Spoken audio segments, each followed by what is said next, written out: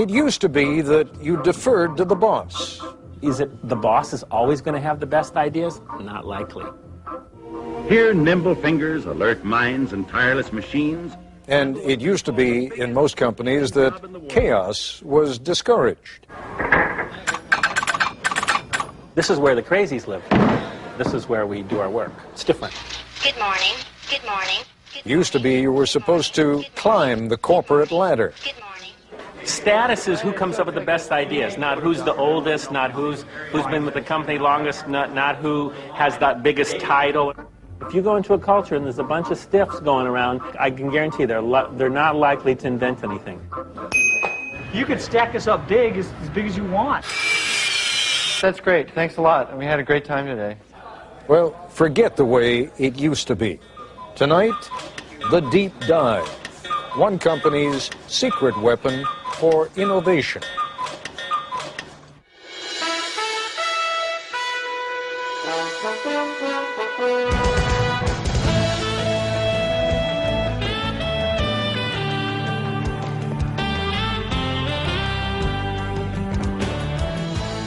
A lot further along in this broadcast, near the end as a matter of fact, you will hear one of the central characters suggest that we look around. The only thing that's not designed by anybody, he will say, is nature.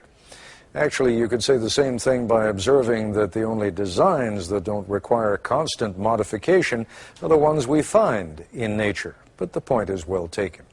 From the buildings in which we live and work to the cars we drive or the knives and forks with which we eat, everything we use was designed to create some sort of marriage between form and function.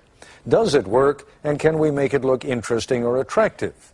What is truly amazing is how long we tend to put up with things that may not work particularly well or may look especially unattractive simply because we're accustomed to them and because no one has ever suggested redesigning those things. There's an interesting distinction between design and invention. Whoever came up with the idea of dental floss, for example, was an inventor, but the man or woman who put it inside that clever little plastic box that lets you tear off just the right length, that was a designer. Now, how does the process of designing a better product work? And would it be interesting to watch that process? When we first broadcast this program back in February, we weren't at all sure what you would think, but judging by the number of you who ordered video cassettes of the program and the number of people who contacted the industrial product design firm that is featured in this program, you liked it a lot. Here was the premise of the program. We went to IDEO, the product design folk, and said, take something old and familiar, like, say, the shopping cart, and completely redesign it for us in just 5 days. ABC News correspondent Jack Smith tells us what happened next.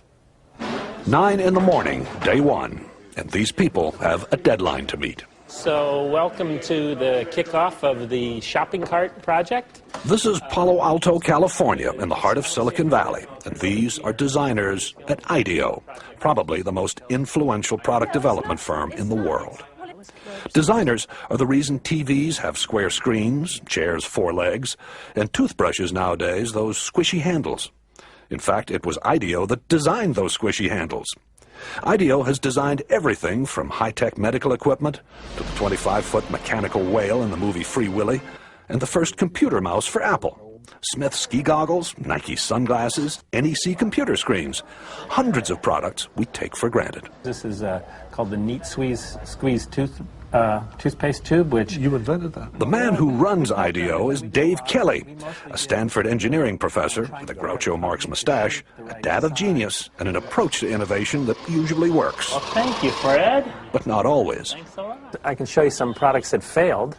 Came up with this idea called monster shoes, where you take these little monsters and lace them into your shoes, like this. And we built a bunch of them, and I didn't want those either. So. Mostly what IDEO designs, though, does work, and it works very well. Dave and his design teams create about 90 new products every year.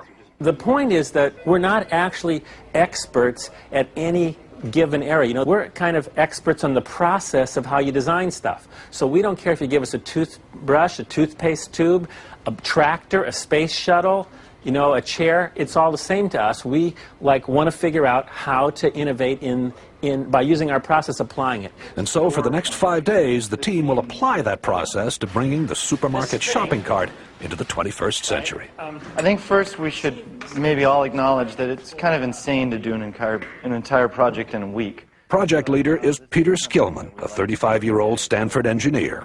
Project leader because he's good with groups, not because of seniority. He's only been at IDEO for 6 years. The rest of the team is eclectic, but that's typical here. Whitney Mortimer, Harvard MBA. Peter Coughlin, linguist. Tom Kelly, Dave's brother, marketing expert. Jane Fulton-Suri, psychologist. Alex Kazaks, 26, a biology major, who's turned down medical school 3 times because he's having too much fun at IDEO. Kids climbing up and doing this. Kids do that. Safety emerges early as an important issue. 22,000 child injuries a year, which is, and so they're hospitalized injuries. I mean, there are many others. Not just reported in the store, that's, you actually have to go to the that's emergency room. hospitalized, right. And theft. It turns out a lot of carts are stolen. You know, what is the average life of a cart? Does it last 2 years, 5 years, 10 years? And how big is this theft thing? 10 a.m. As the team works, it becomes clear there are no titles here, no permanent assignments. And the other side says, gives us a lot of help, says, be safe. Everyone appears to be equal, and they love to mock corporate America. I'll give you status. I'll give you a big red ball on a post, and that says you're a big guy. If you got a ball, you're a senior vice president. You know, what do I care? The desk, the red ball, it's all the same. In a very innovative culture, you can't have a kind of hierarchy of here's the boss and the next person down, the next person down, because it's impossible that the boss is the one who's had the insightful experience with shopping carts. It's just not possible. According to Kelly, even employees who merely listen to the boss don't add that much either. So you gotta hire people who don't listen to you, and that, I don't think corporate America wants to hear that right yet. I think we ought to start making those lists about the kinds of questions that we're going to ask. The team splits into groups to find out firsthand what the people who use, make, and repair shopping carts really think. Okay, go. The problem with the plastic cart is the wind catches it. Yeah. And these things have been clocked at 35 across the parking lot. Oh, man, that's actually a pretty good point. The trick is to find these real experts, and so that you can learn much more quickly than you could by just kind of doing it the normal way and trying to learn about it yourself. From everything I read, these things aren't that safe either, you know?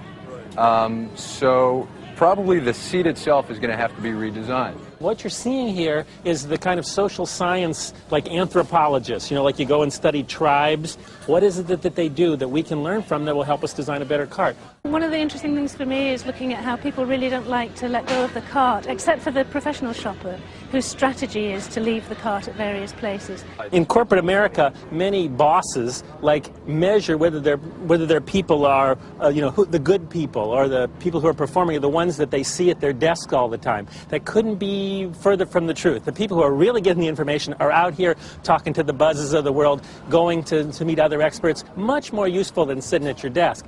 3:30 in the afternoon, and the group is back at IDEO. There is no let-up. Each team is going to demonstrate and communicate and share everything that they've learned today. People went off into the 4 corners of the earth and are coming back with the golden keys to innovation. A shopping cart has been clocked at 35 miles an hour traveling through a parking lot in the wind. We were in the store, 2 hours, and it was truly frightening just to see the kind of stuff going on. You ought to designate some people to make damn sure that the store owner's point of view is represented. After 9 straight hours, the team is tired. They call it a day. So, everybody cool? Well, that's great. Thanks a lot. We had a great time today. Yeah.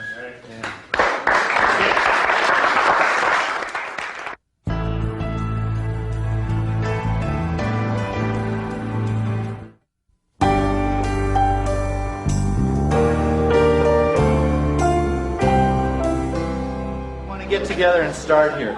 Day 2 and the start of IDEO's unique brand of brainstorming. They call it a deep dive, a sort of total immersion in the problem at hand. IDEO's mantra for innovation is written everywhere. One conversation at a time. Stay focused. Encourage wild ideas. Defer judgment. Build on the ideas of others. That's the hardest thing for people to do, is to restrain themselves from criticizing an idea. So if anybody starts to nail an idea, they get the bell, you know. The deep dive begins, and for the next few hours, the ideas pour out and are posted on the walls. Oh, the blind, the privacy blind. Like when you're buying 6 cases of condoms, no one sees. Nesting is, it sort of has to nest. If it doesn't nest, we don't have a solution. How about Velcro pants and Velcro seats for the kids, and you just drop them down on there? And Like Velcro seats? Velcro pants for kids? Yeah, see, you have to have some wild ideas. Then you build on those wild ideas, and they end up being better ideas than if you said, if everybody only came up with same things, you know, kind of appropriate things, you'd never like have any points to take off to build a really innovative idea. It's organized chaos. Organized chaos. It's not organized.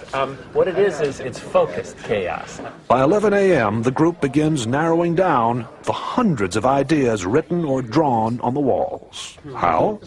By voting for them. Vote with your Post-it, not with an idea that's cool, but with an idea that's cool and buildable. If it's too far out there and it can't be built in a day, then I don't think we should vote on it. Why not have you be the judge? You're the boss. Because I'm going to be wrong. It's the team that's able to really judge what the best idea is. Otherwise, ideas wouldn't come out? That's right. Enlightened trial and error succeeds over the planning of lone genius. Enlightened trial and error succeeds over the planning of the lone genius. If anything sums up IDEO's approach, that is it. That and the focused chaos that seems to go with it. I take a point of view, I call it the sport utility vehicle cart. It is noon.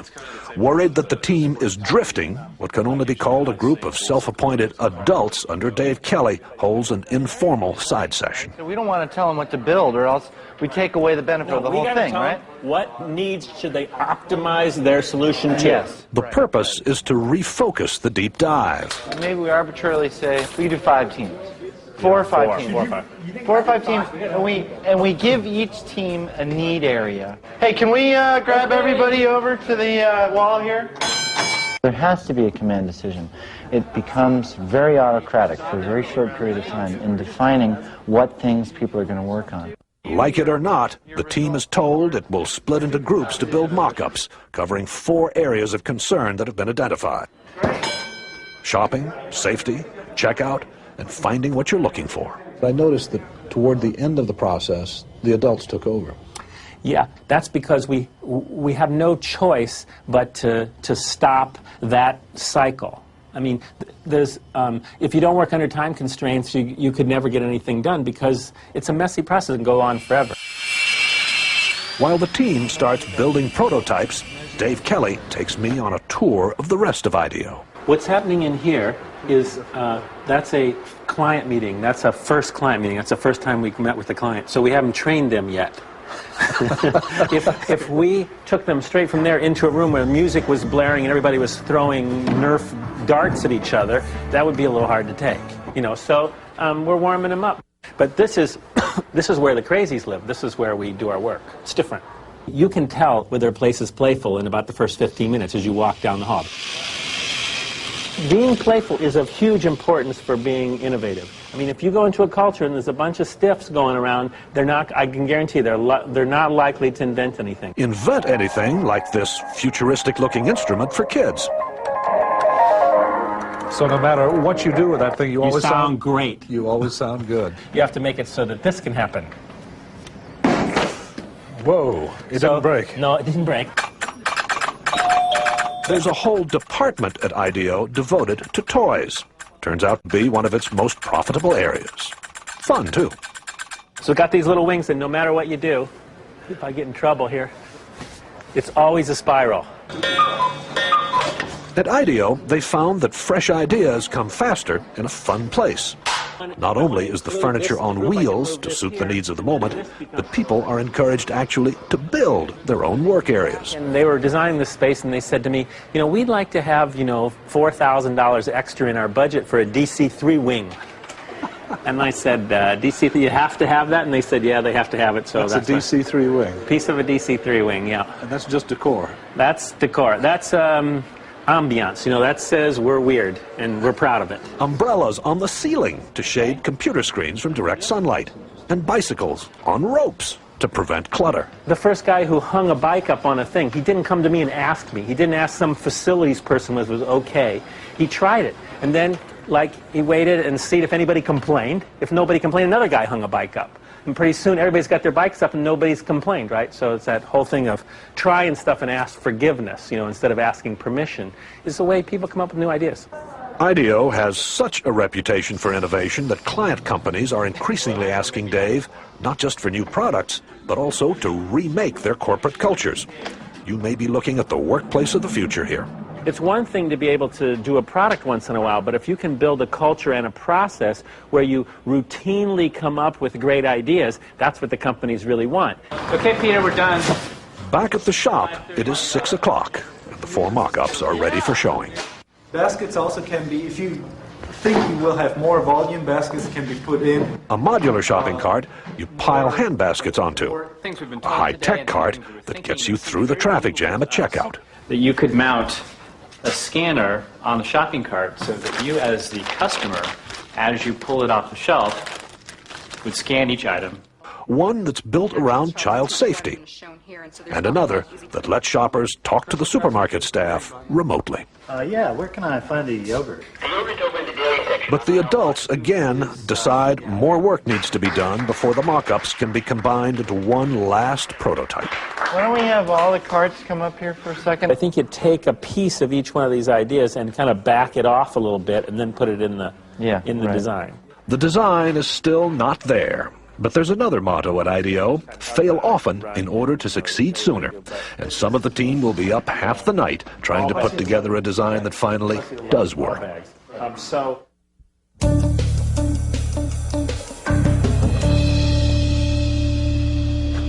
It is day 5, and Dave Kelly has no idea what the final cart looks like. Only the team does. If they kind of got their heads down, they don't look at me, I'm nervous. You know, if they say, wait till you see it, then I know we're in good shape. So I'm getting wait until you see it. I think that'll be good. There it is!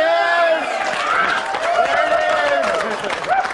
is! So we took the best elements out of each prototype, designed this entire cart in a day, and then this cart was fabricated in a day with an amazing team of people in our machine shop pulling this off, working in shifts throughout the night. Wow, I'm impressed. So are we. The cart, which is designed to cost about the same as today's carts, is different in every other way. Hand baskets that stack in a metal frame, and major improvements for all. You just lift the handle up, you drop put the children in, and then you can close the handle right over them, and they instantly have some little bit of a work surface that they can play with. What do you think? Well, I'm very proud of the team. I think it's great. Does this work for you? Works for me great. It's also beautiful. I mean, let's, take it over to a local supermarket and see what they say. Yeah, it works really well. The cart's wheels turn 90 degrees so it can move sideways. No more lifting up the rear in a tight spot. And you shop in a totally different way. Rather than taking your cart everywhere you go in the store, through a crowded store like this, much more efficient to take a small basket, rush around to where the particular shelves are, and come back and put them here, and treat this as like a center for your shopping. And with a high-tech scanner, so that in the future you skip the checkout traffic jam. Here's how you would scan an item. You'd reach over and pick up anything like the salad dressing, and I would scan it, and if I want to accept that item, I would just press plus and then drop it in my basket. Because stores don't yet have those high-tech scanners the team designed, checking out today means doing it the old-fashioned way. But the bags are hung on hooks on the cart's frame. Remember, there is no basket here. Why get rid of the big basket? The basket is tyranny. The basket is tyranny because it's not really needed. If all your stuff ends up in bags, why need the basket in the first place? Talk to me about theft. There's no value in this cart without the basket because you can't carry anything in it. It's useless to anybody. You can't use it as a barbecue. So it's not going to get stolen. That's right. So this ought to appeal to store owners then.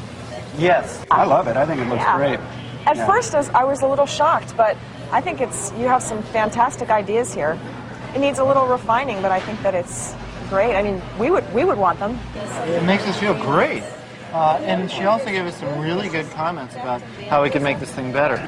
Just wherever you are, look around. The only thing that's not designed by somebody is nature. So the trees are not designed by us, but everything you see, every light fitting, every flower vase, every scale, every stand for fruit, everything is designed, has to go through this kind of process. And they can do a better or a worse job of innovating or improving, but everything is designed. It has to go through this process. It wasn't this effortless, oh my God, so that's how it works thing that I saw there. It was actually hard work.